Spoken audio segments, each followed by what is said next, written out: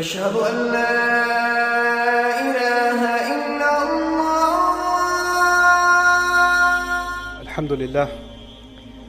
الحمد لله خالق الوجود من العدم وجاعل النور من الظلم ومخرج الصبر من الألم فملقي التوبة على الندم فنشكره على المصائب كما نشكره على النعم ونصلي على رسوله الأكرم ذي الشرف الأشم والنور الأتم والكتاب المحكم وكمال النبيين والخاتم سيد ولد آدم الذي بشر به عيسى بن مريم ودعا لبعثته إبراهيم عليه السلام حين كان يرفع قواعد بيت الله المحرم فصلى الله عليه وسلم وعلى أتباعه خير الأمم الذين بارك الله بهم كافة الناس العرب منهم والعجم.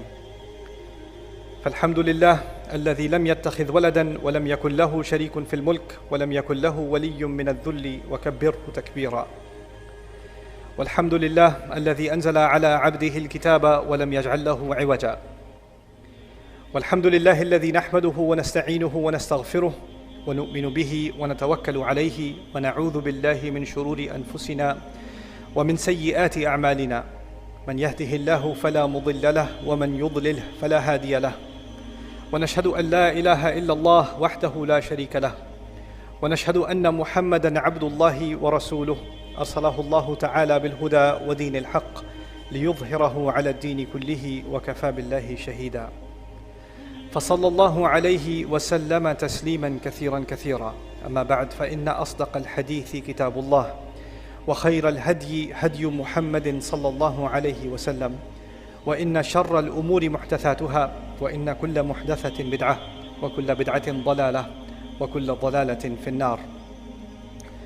قال الله عز وجل في كتابه الكريم بعد أن أقول أعوذ بالله من الشيطان الرجيم إذ قال ربك للملائكة إني خالق بشرا من طين فإذا سويته ونفخت فيه من روحي فقعوا له ساجدين رب اشرح لي صدري ويسر لي أمري واحلل عقدة من لساني يفقه قولي واللهم ثبتنا عند الموت بلا إله إلا الله واللهم اجعلنا من الذين آمنوا وعملوا الصالحات وتواصوا بالحق وتواصوا بالصبر آمين يا رب العالمين. আজকের খুতবায় আমি আপনাদের সাথে এমন কিছু গুরুত্বপূর্ণ পাঠ শেয়ার করতে চাই যা আমার বারবার স্মরণে আনা দরকার এবং আমি বিশ্বাস করি আপনাদেরও দরকার। আদম আলাইহিস সালামের ঘটনায় আল্লাহ যা তুলে ধরেছেন সেখান থেকে বিশেষ করে ইবলিসের কিছু ব্যাপার আমি আপনাদের সাথে শেয়ার করতে চাই আজকে। সাধারণভাবে সবাই জানেন আল্লাহ আয্যা জাল্লা আদম আলাইহিস সালামকে সৃষ্টি করেন, এরপর তিনি আদমকে সিজদা করার জন্য ফেরেশতাদের আদেশ দান করেন। সবাই এটা মেনে নিয়েছিল, কিন্তু ইবলিস অমান্য করেছিল। এটা এই ঘটনার সহজ একটি বিবরণ। অধিকাংশ মানুষ এর সাথে পরিচিত, কিন্তু কোরআনের এমন কিছু গুরুত্বপূর্ণ বিস্তারিত বিবরণও এসেছে যা বাদ পড়ে যায় যখন আপনি ঘটনাটি নিয়ে এভাবে সংক্ষেপে চিন্তা করেন। আল্লাহ আয্যা জাল্লা সর্বপ্রথম ঘোষণা জারি করেন, আর আমরা বুঝতে পারি সে সময় তাদের মাঝে ইবলিসও এর অন্তর্ভুক্ত ছিল।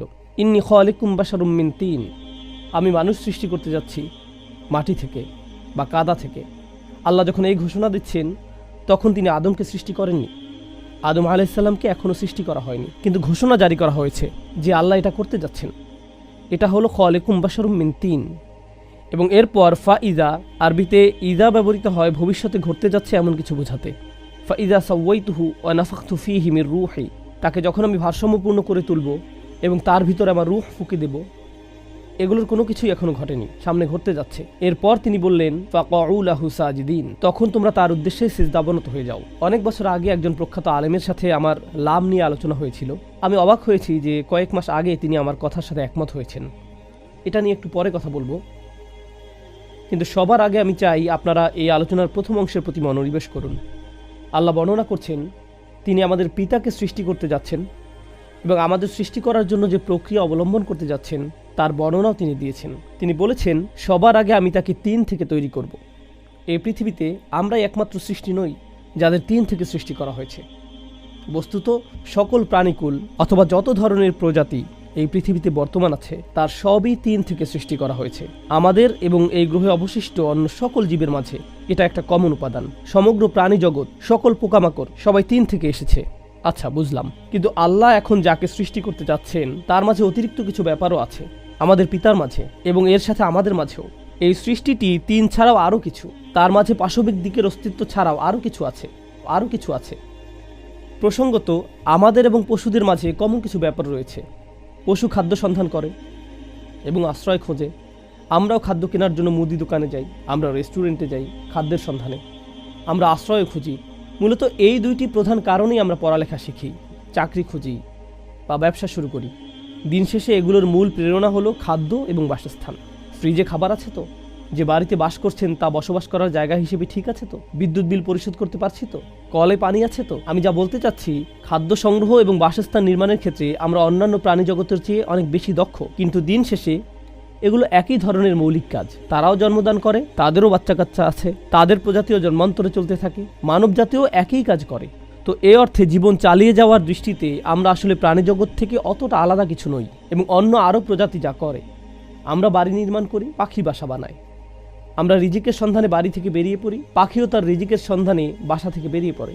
এরপর আল্লাহ আরও যোগ করেন, কেন কাদামাটি থেকে নির্মিত এই সৃষ্টি পৃথিবীতে বর্তমান থাকা অন্য সকল সৃষ্টি থেকে আলাদা।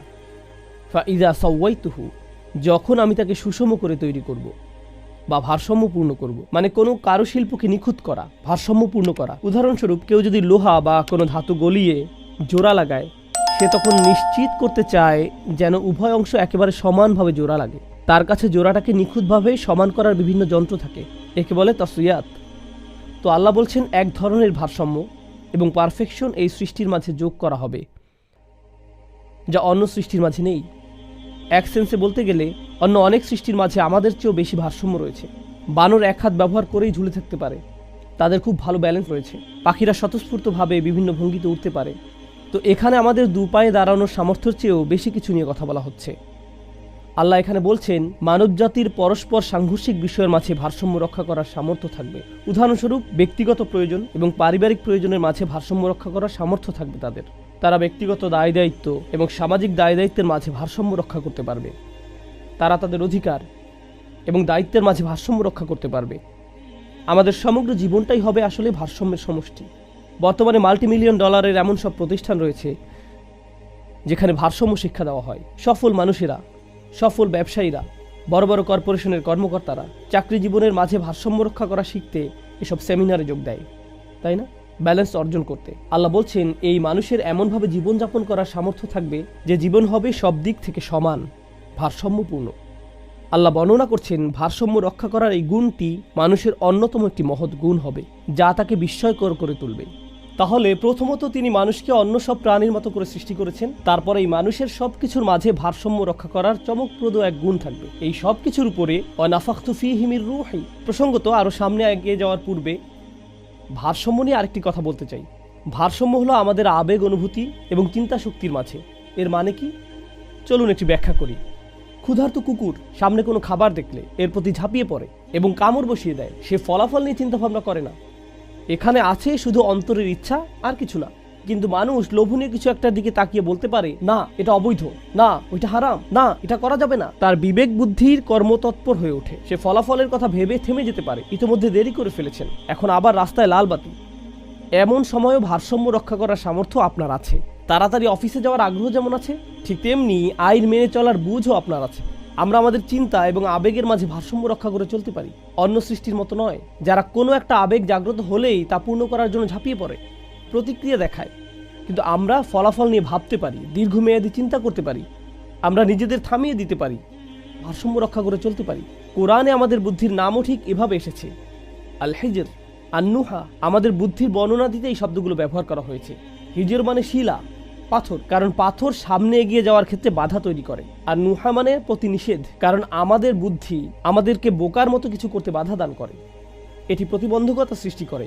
কখনো কখনো আমি আপনি অতিরিক্ত আবেগতাড়িত হয়ে বোকার মতো কোনো সিদ্ধান্ত নিয়ে ফেলি, বা আমরা এমন কিছু বলে ফেলি যা আমাদের বলা উচিত না, বা এমন কিছু করে ফেলি যা করা উচিত না। আমরা আমাদের আবেগকে ভারসাম্যহীন হতে দিয়েছি। আল্লাহ আজ্জা জাল্লা এখানে বলছেন এমন সব মুহূর্তে ভারসাম্য রক্ষা করার বিস্ময়কর সামর্থ্য মানুষের থাকবে। এরপর তিনি বলেন ওয়ানাফাখতু ফীহি মির রূহি, আর তার ভিতরে আমার রূহ ফুঁকে দিব।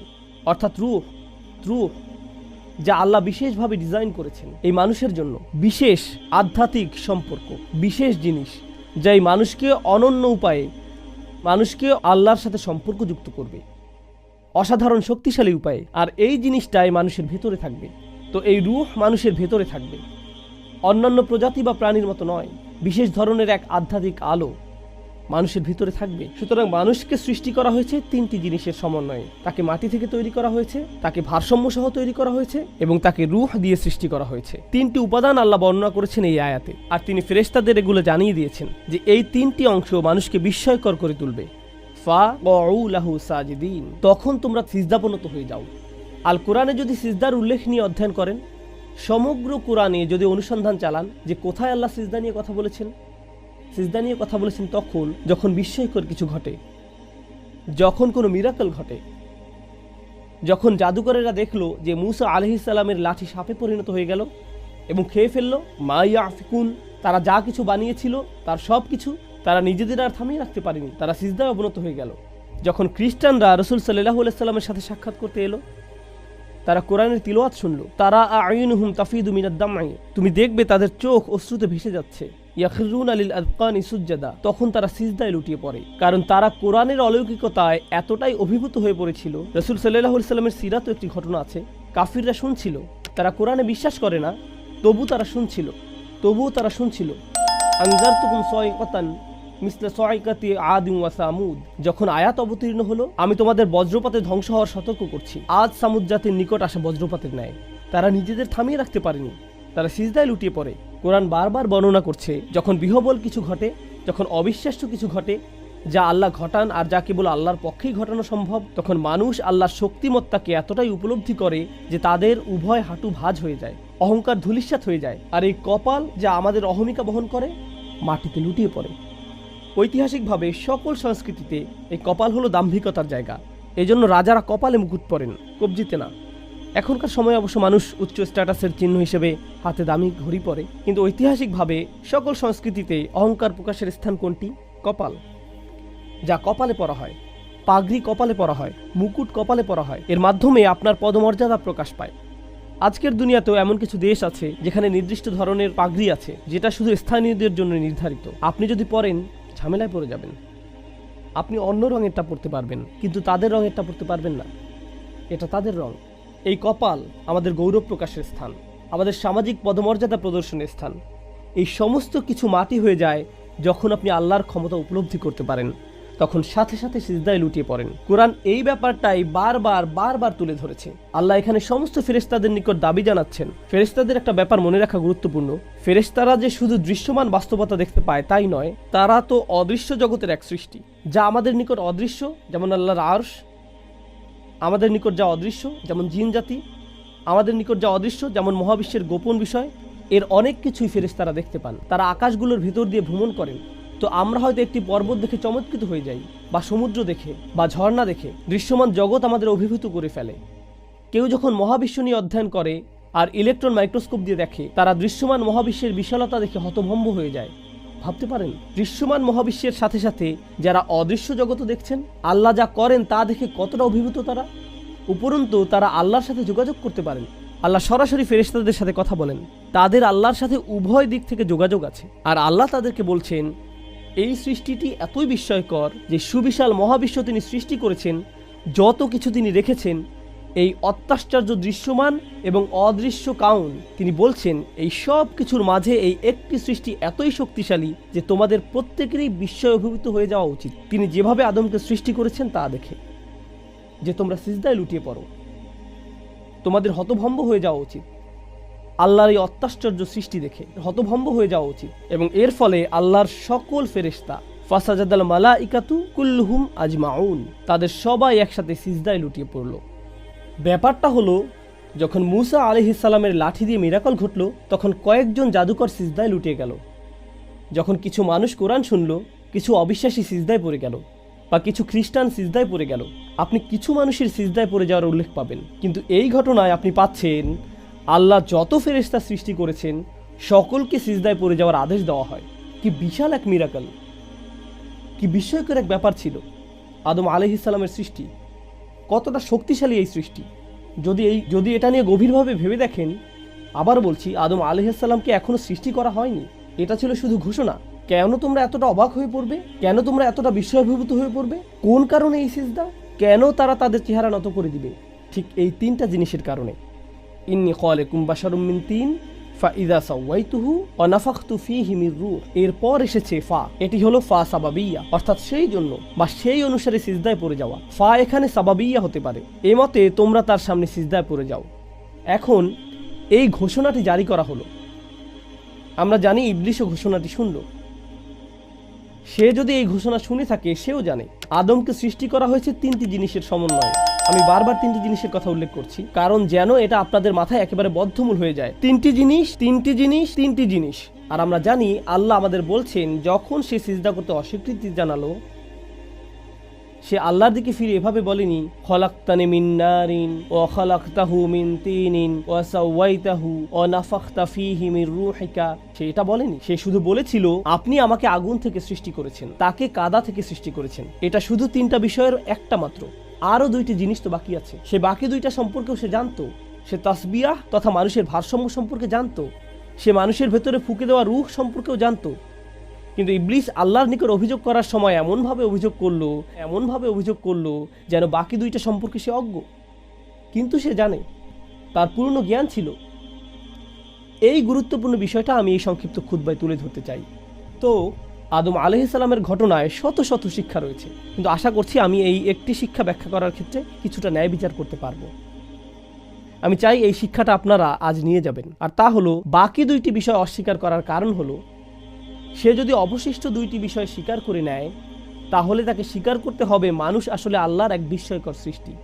কিন্তু সে যদি শুধু কাদার কথা স্বীকার করে, সে যদি শুধু মাটির কথা স্বীকার করে, তাহলে আদম এবং একটি ঘোড়ার মাঝে আর কি পার্থক্য আছে? আদম এবং একটি গরু বা বানরের মাঝে কি আর এমন পার্থক্য আছে? তারা আহার করে, সেও আহার করে। তারা আশ্রয় খোঁজে, সেও আশ্রয় খোঁজে। তারও বাচ্চা কাচ্চা আছে।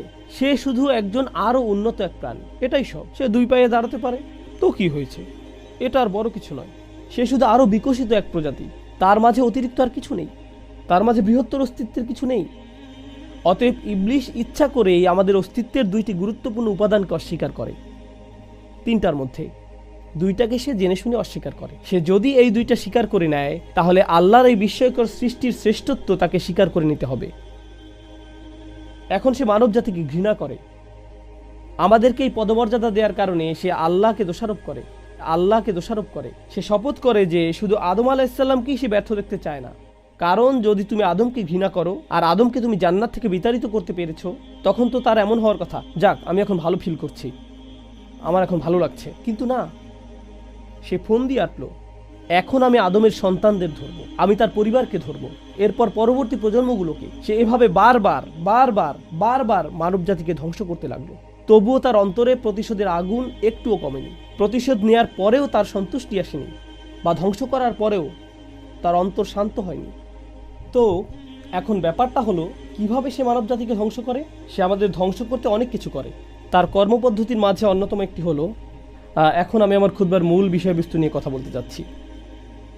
এই প্যাসেজ থেকে যে জিনিসটা আমরা শিখতে পারি, যে কোরআনের এই আয়াতগুলো থেকে, তা হলো ইবলিশ চায়নি মানুষ কোনোদিন মূল্যবান কিছু হিসেবে স্বীকৃতি পাক।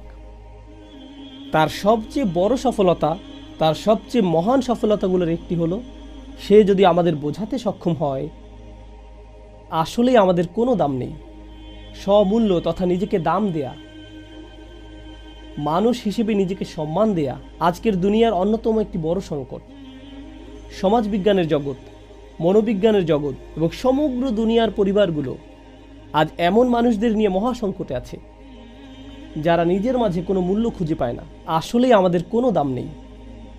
আগে আমার একটা চাকরি ছিল, এখন আমি অবসরে, কেউ আমার অভিমতের কোনো মূল্য দেয় না, আমার কোনো দাম নেই, আমি সারাদিন বাসায় বসে থাকি, আমার ছেলে চাকরি করে, আমার মেয়ে কলেজে পড়ে, আমি পুরোই মূল্যহীন, আমি এখন সবার বোঝা। এভাবে একজন বৃদ্ধ বাসায় বসে বসে নিজেকে মূল্যহীন ভাবতে থাকে। আমার এখন মসজিদ আর বাসায় আসা যাওয়া ছাড়া কোনো কাজ নেই। নিজের ভিতরে এক ধরনের স্বমূল্যের অভাব সব সময় আমার ভিতরে কাজ করে। যদি মরে যেতাম কতই না ভালো হতো। তার মাথায় এই চিন্তাগুলো সব সময় ঘুরপাক খেতে থাকে, মুখ ফুটে বলে না, এমনকি কখনো কখনো বলে ফেলে। একজন যুবক ছেলেও সে বলে, আমার ভাই ভার্সিটি থেকে অনার্স মাস্টার্স শেষ করেছে, আমার চাচাতো ভাই বড় চাকরি করে, সবাই জীবনে উন্নতি করেছে, অমুকে বিয়ে করেছে, আর আমাকে দেখো, আমার কিছুই নেই, আমি এগুলোর কিছুই অর্জন করতে পারিনি। আমি জীবনে অনেক সময় নষ্ট করেছি, আমার এটা করা উচিত ছিল, ওটা করা উচিত ছিল, সবাই বলছে আমি জীবনে পরাজিত। আমি তো সত্যিই পরাজিত। ইবলিস চায় মানুষজন আপনাকে এমন সব কথা বলুক, আশেপাশের মানুষেরা তারা এমন সব কথা বলবে যার ফলে আপনার নিজেকে মূল্যহীন মনে হবে। আর ওই মানুষগুলো এমনকি বুঝেও না যে তারা এই ক্ষতিটা করছে, এটা তাদের মাথায়ও আসে না। কিন্তু তাদের এই কথাগুলো আপনার জীবনে ব্যাপক প্রভাব ফেলছে। আপনি তখন ভাবতে শুরু করেন, সম্ভবত আমার কোনো দাম নেই। একবার যখন এভাবে নিম্নমানের আত্মসম্মানে ভোগেন, নিজেকে যথাযথ মূল্য না দিয়ে থাকেন, তখন সব সময় মনে হবে একমাত্র যে উপায়ে আমি কিছুটা মূল্য পেতে পারি তা হলো যদি অন্য কেউ আমাকে দাম দেয়। আমার কোনো কিছুতে যদি অন্য কেউ সমর্থন দেয় তবেই আমার কিছুটা দাম আছে। তাই আমি কি করব? আমি নিজের একটা ছবি তুলব, তারপর সব ফিল্টার অনেকবার পরিবর্তন করে অনলাইনে পোস্ট করব, তারপর অপেক্ষা করব কেউ যদি লাইক দেয় বা লাভ চিহ্ন দেয়, অন্ততপক্ষে মাশাআল্লাহ বা কোনো একটা কমেন্ট। কারণ কেউ যদি দেয়, যাক আমার কিছুটা দাম আছে। আচ্ছা এখন কি করব? আমার তো দাম দরকার, কারণ আমি আবার মূল্যহীন হয়ে পড়ছি। আমি গত 2 দিনে কিছুই পোস্ট করিনি, আমাকে আবার শুরু করতে হবে। আমি আবার নিজেকে মূল্যবান মনে করতে চাই। নিজের মাঝে যদি নিজের মূল্য খুঁজে না পান, তখন আপনি নিজের মূল্য কোথায় খুঁজবেন? অন্য কোথাও, অন্য কারো কাছে। সব সময় অন্য কারো সমর্থনের আশায় থাকেন, সব সময় অন্য কারো প্রশংসার সন্ধানে থাকেন। তুমি তো কিছু বললে না, তোমার কি মনে হয় আমার কি করা উচিত? এই ব্যাপারে তোমার কি মনে হয়? এই ব্যাপারে তোমার কি কি অভিমত আছে? সব সময় আরেকজনের মতামত তালাশ করে বেড়ান, কারণ এছাড়া নিজের কোনো দাম নেই। আবার নিজের ব্যাপারে ভয় পেয়ে যান। আপনার আত্মসম্মান যদি খুব নিম্নমানের হয়, তখন নিজের অধিকারগুলো আদায় করার জন্য সাহস খুঁজে পাবেন না।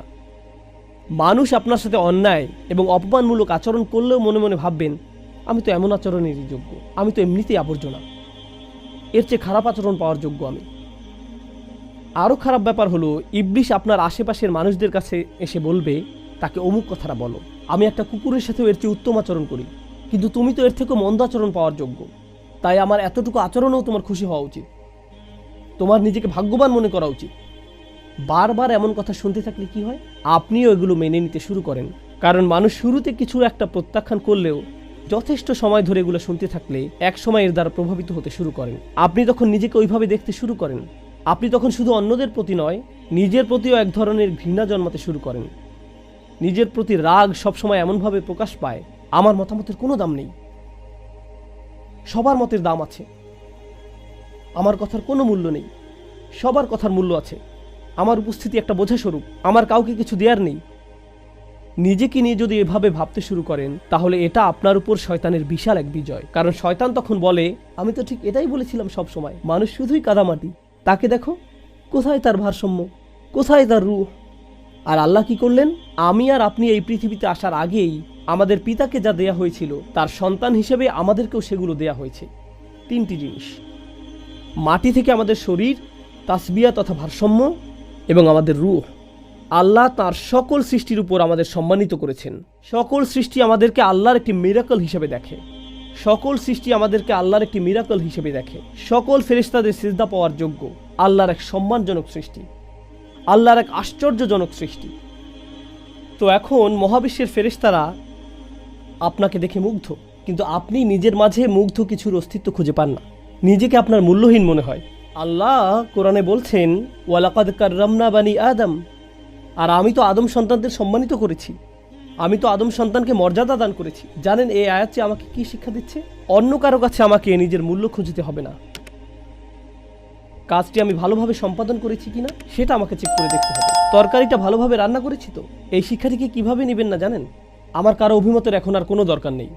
এখন আমি আমার বাসায় যাব আর সব লবণ তরকারিতে ঢেলে দেব, তারপর রান্না করব। রান্নাটা কেমন হয়েছে কারো অভিমতের আমি কোনো পরোয়া করি না, কারণ আল্লাহ আমাকে সম্মানিত করেছেন।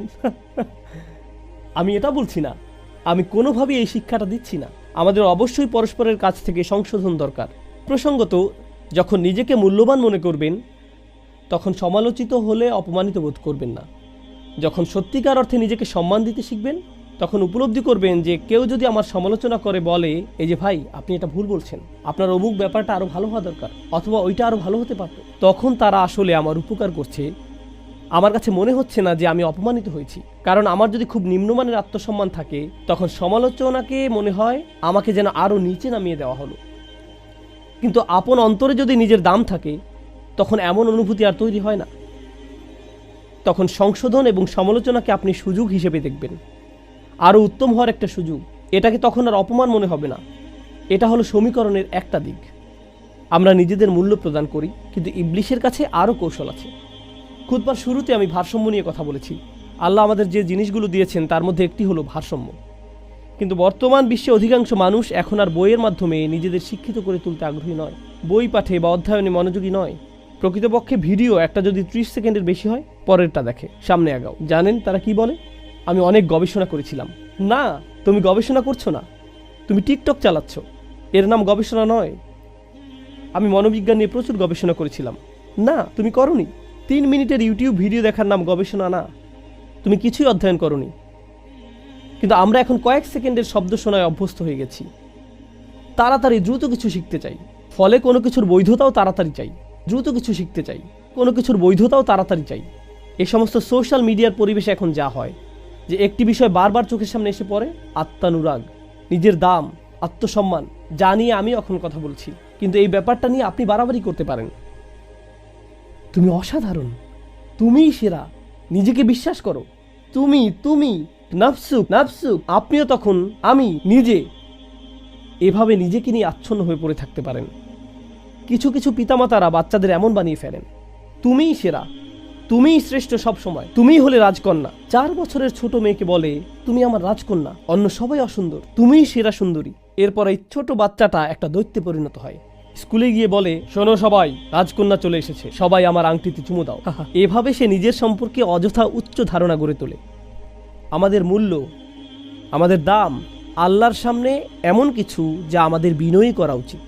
আল্লাহ আমাকে এত উচ্চ পদমর্যাদা দান করেছেন, আমার উচিত এই পদমর্যাদাকে কাজে নিয়োগ করা।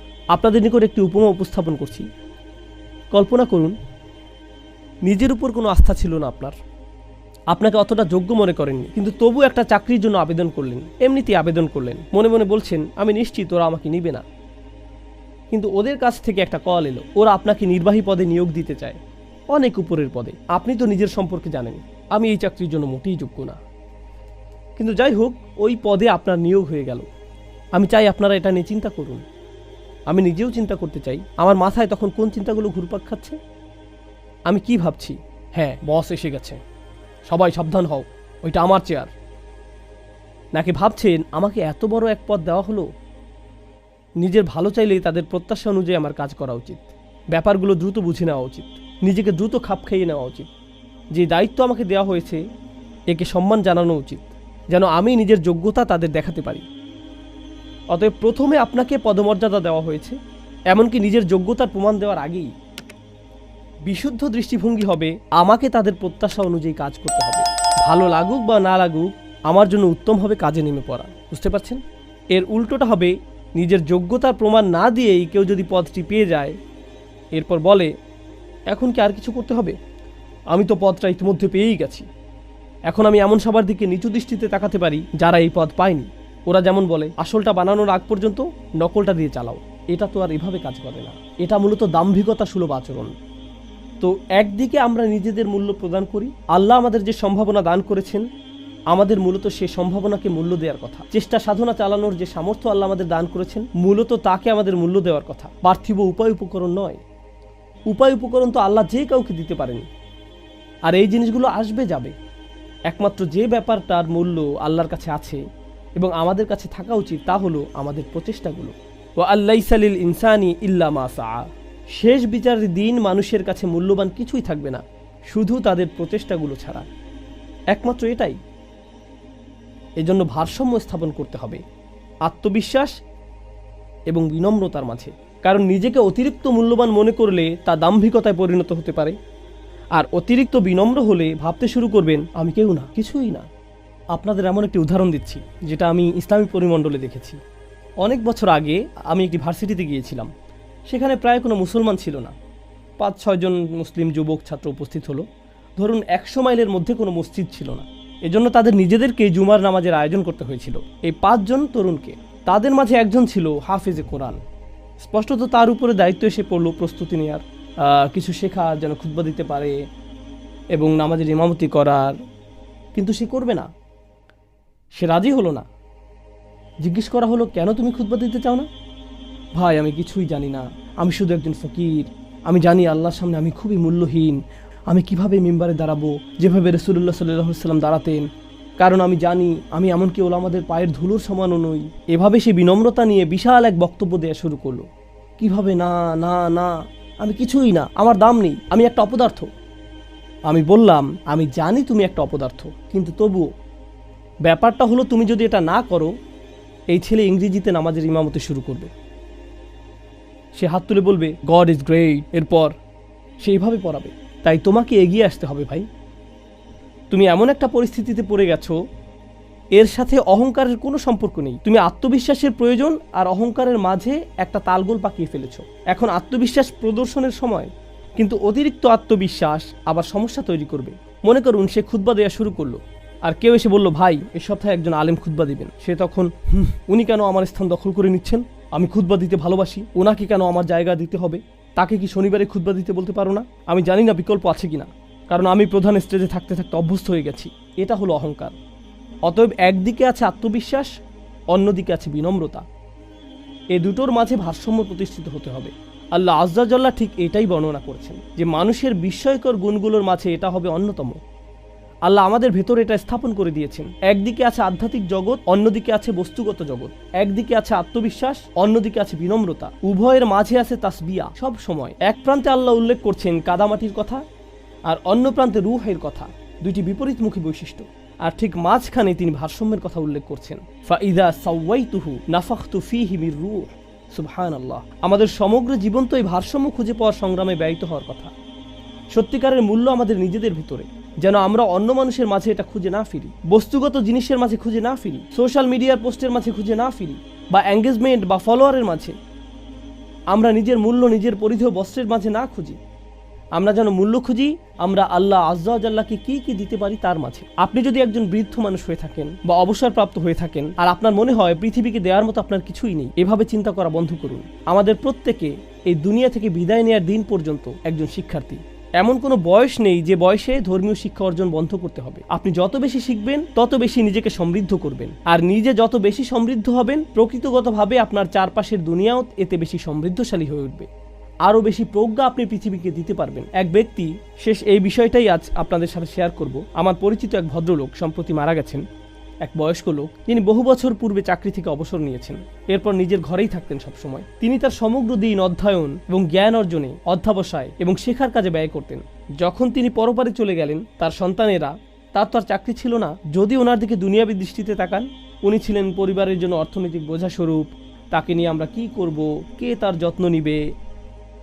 কিন্তু পক্ষান্তরে উনি যখন মারা গেলেন, ওনার ছেলে মেয়েরা, ওনার নাতি নাতনিরা, তারা সবাই ওনার কোন কোন ব্যাপারগুলো স্মরণে আনত, যে বিষয়গুলো তিনি পড়তেন এবং সবার সাথে শেয়ার করতেন, যে প্রজ্ঞাপূর্ণ কথাগুলো উনি শেয়ার করতেন, জ্ঞানের এই ছোট ছোট কথাগুলো। আপনি জানেন না, হয়তো তার নাতি নাতনির জীবন পরিবর্তন করে দিতে পারে। আল্লাহ যেমন ইউসুফ আলাইহিস সালাম সম্পর্কে বলেছেন, লাউলা আর রাআ বুরহানা রব্বিহি। ইউসুফ আলাইহিস সালাম সামান্য কিছু উপদেশ শুনেছিলেন তার পিতা ইয়াকুব আলাইহিস সালামের নিকট থেকে। যখন তিনি ছোট ছিলেন, অনেক অনেক বছর ধরে তিনি ইসলামের উপর অটল ছিলেন। তার একমাত্র তারবিয়া ছিল বহু বছর আগে তার পিতার কাছ থেকে শোনা কিছু জ্ঞানগর্ভ কথা, ঠিক না? সুতরাং কোনো ভালো কাজই মূল্যহীন নয়, কোনো ভালো প্রচেষ্টাই মূল্যহীন নয়, কোনো আদম সন্তানই মূল্যহীন নয়। নিজের মাঝে নিজের মূল্য তালাশ করুন, যা আল্লাহ আপনাকে ইতিমধ্যে দান করেছেন। আল্লাহ আজ্জা জাল্লাহ আমাদেরকে নিজেদের মূল্য বুঝতে সাহায্য করুন, নিজেদের দাম উপলব্ধি করতে সাহায্য করুন, এবং শয়তানকে যেন সুযোগ না দেন আমাকে আপনাকে এমন কেউ হিসেবে দেখার যে মূল্যহীন, অযোগ্য, বা এমন কেউ সবাই যাকে মারিয়ে যাবে অথবা কষ্ট দিবে। আমাদেরকে এই আত্মঘৃণা বন্ধ করতে হবে, এবং আল্লাহ যেন এই সমূল্যের চেতনাকে কখনোই অহংকারে পরিণত হওয়ার সুযোগ না দেন। বারাকাল্লাহু লি ওয়া লাকুম ফিল কুরআনিল হাকিম ওয়া নাফা'নি ওয়া ইয়্যাকুম বিল আয়াতি ওয়া যিকরিল হাকিম। أشهد أن لا